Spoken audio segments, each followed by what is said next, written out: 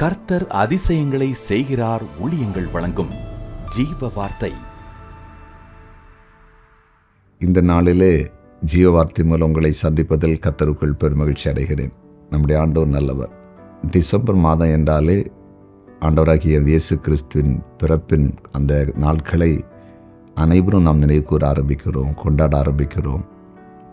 ஆகல் இந்த மாதத்தில் ஆண்டவர் இயேசு கிறிஸ்துவின் பிறப்பை குறித்து, அவர் பிறந்ததினால் நமக்கு வருகிற நன்மைகள், நாம் செய்ய வேண்டிய காரியங்களை நாம் தியானிக்க போகிறோம். முதலாவது உங்களுக்கு பிறந்த நாள் வாழ்த்துக்களை தெரிவிக்கிறேன், திருமண நாள் வாழ்த்துக்களை தெரிவிக்கிறேன். மற்றும் புதிதாய் ஏதாவது காரியங்களை இன்றைக்கு ஆரம்பிக்க இருக்கிற உங்களை நான் வாழ்த்துகிறேன். புதிய தொழில்கள், வியாபாரங்கள், ஊழிய காரியங்கள், ஏதாவது உங்கள் வாழ்க்கையில் ஒரு புது ஆரம்பத்தை இன்றைக்கி நீங்கள் செய்ய போகிறீங்கன்னா அதையும் வாழ்த்தி ஆசீர்வதிக்கிறேன். கர்த்தர் உங்களை ஆசீர்வதிப்பார். இன்றைய ஜீவார்த்தைக்கான வசனம் மத்தேயு சுவிசேஷம் 1 அதிகாரம் 21 வசனம்.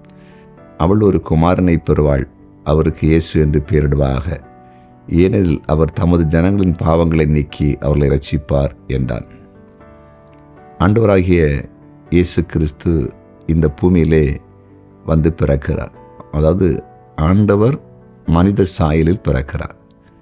எதற்கு பிறந்தாராம்? அப்படி அவர் ஏன் இந்த பூமியில் வந்து பிறக்க வேண்டுமா? பிறந்த நோக்கம் என்ன? ஜனங்களுடைய பாவங்களை நீக்குவதற்கு.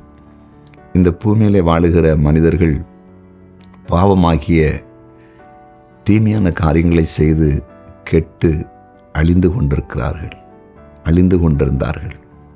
இந்த ஜனங்களை மீட்டெடுக்க வேண்டும். அவருடைய பாவங்கள் மன்னிக்கப்பட வேண்டும். அவர்கள் புதிய சிருஷ்டியாய் மாற வேண்டும்.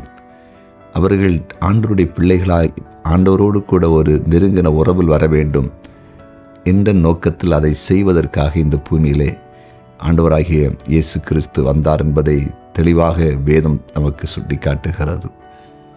இன்றைக்கு சில வேளையில் பாவத்தின் அடிமைத்தனத்தில் யாராவது இங்கே இருப்பீங்கன்னா, உங்கள் பாவங்களை மன்னித்து புதிய சிருஷ்டியாய் இயேசு கிறிஸ்து மாற்றுவார், நிச்சயமாய் மாற்றுவார்.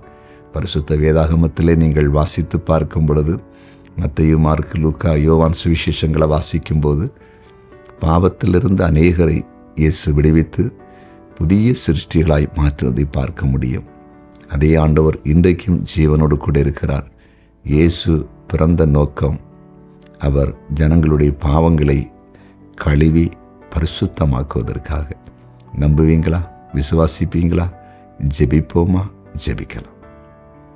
எங்கள் அன்பு ஆண்டவரே, உம்முடைய பிறப்பின் பண்டிகை நாட்களை கொண்டாடுகிற இந்த நாட்களில் நாங்கள் உம்முடைய வசனத்தின்படி உம்மை நோக்கி பார்க்கிறோம்.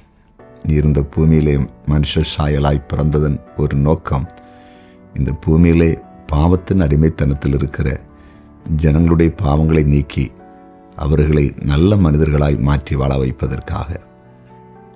இந்த நாளிலும் யாராவது கர்த்தருக்கு பிரியமில்லாத தீமையான காரியங்களுக்குள் அடிமைப்பட்டிருப்பாங்கன்னா, அதிலிருந்து உம்முடைய பிள்ளைகளை விடுவித்து புதிய சிருஷ்டியாய் மாற்றி தன்னுடைய சொந்த வாழ்க்கையிலும் குடும்பத்திலும் ஒரு பெரிய சமாதானத்தை மகிழ்ச்சியும் கொண்டு வருவீராக. குறிப்பாக வியாதிப்பட்டோரை இப்போ தொட்டு சுகமாக்குங்க. கடன் பிரச்சனை, நிரந்தரமான வேலை இல்லாத சூழ்நிலைகள், எல்லாவற்றிலும் உம்முடைய நாமத்தை உயர்த்தத்தக்கதாக அற்புதங்களை செய்திடலும். கர்த்தருக்கு ஊழியம் செய்கிற தெய்வ பிள்ளைகளை அபரிதமாய் ஆசீர்வதியும். வேலை தேடிக்கொண்டவர்களுக்கு வேலையை கொடுங்க. இயேசுவின் நாமத்தில் பிதாவே, ஆமென்.